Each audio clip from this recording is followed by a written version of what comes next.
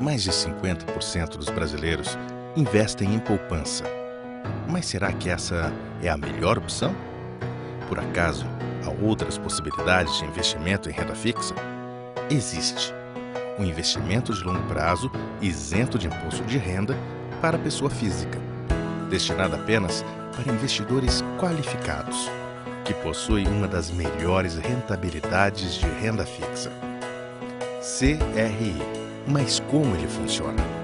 Uma construtora levanta um imóvel para vendê-lo para pessoas ou empresas. A maioria deles paga um pedaço à vista e financia o outro para ser pago em parcelas durante um período específico. Porém, isso tem um custo. Por não estar pagando o imóvel à vista, se acrescenta os juros do financiamento e o valor total fica maior. Já a construtora, que não está a fim de esperar, renuncia um pedaço dessa diferença para receber o dinheiro na hora. E é aqui que você entra.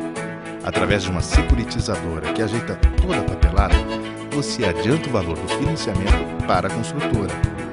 E com isso, você adquire o certificado de recebível imobiliário, que antes eram de direito da construtora.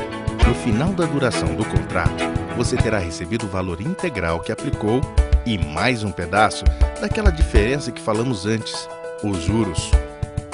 Saiba mais sobre o CRI pelo telefone de atendimento ou pelo site